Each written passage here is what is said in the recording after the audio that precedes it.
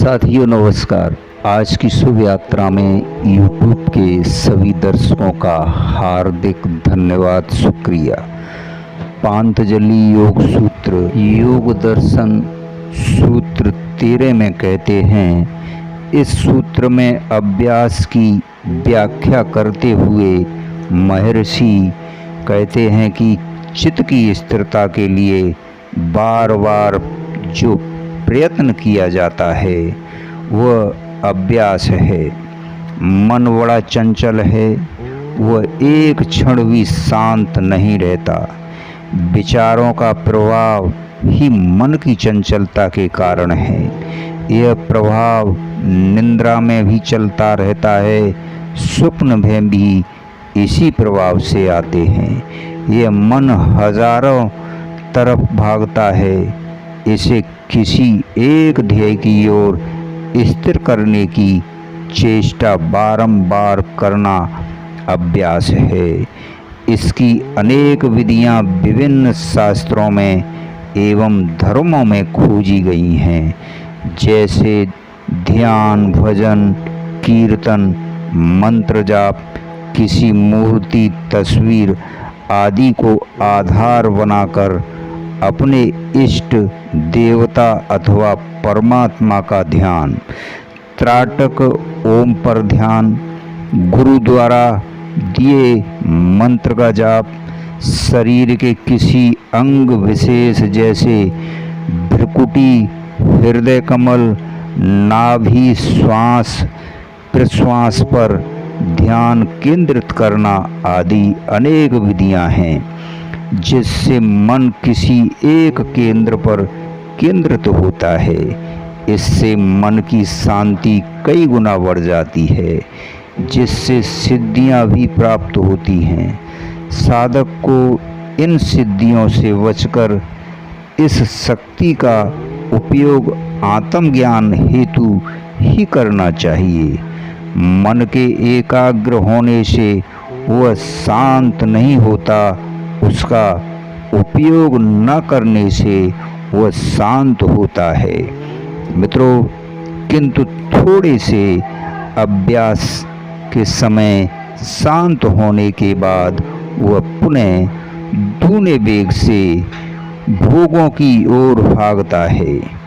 उस समय इस पर नियंत्रण आवश्यक है। जैसे उपवास करने पर बार बार खाने की इच्छा होती है, 24 घंटे ध्यान भोजन की ओर ही जाता है।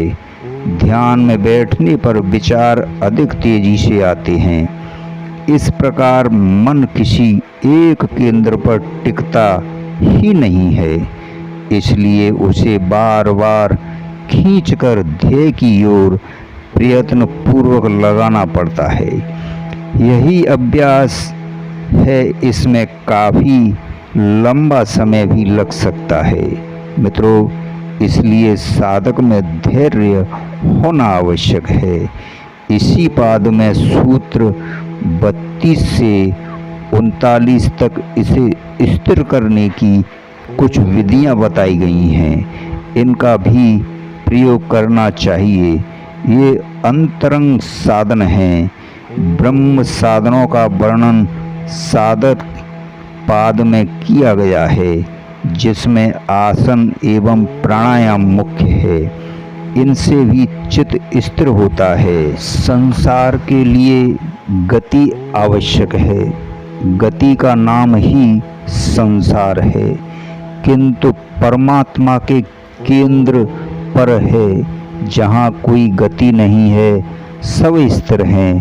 ठहरा हुआ है। संसार पाना हो तो गति आवश्यक है। भाग दौड़ संघर्ष आवश्यक है, किंतु परमात्मा की प्राप्ति करने से नहीं होती। अक्रिया ही उसको पाने का सूत्र है। जिस समय मन एवं शरीर की समस्त क्रियाएं रुक जाती हैं, उस समय आत्मज्ञान होता है। इसलिए यह अभ्यास कुछ करने के लिए नहीं, बल्कि ना करने के लिए है। मन की वृत्ति सदा कुछ ना कुछ करने की है, इसलिए अभ्यास द्वारा इसे न करने में लगाना है। इसे स्थिर एवं शांत करने में लगाना है, जिससे किसी सारी हलचल समाप्त हो जाए।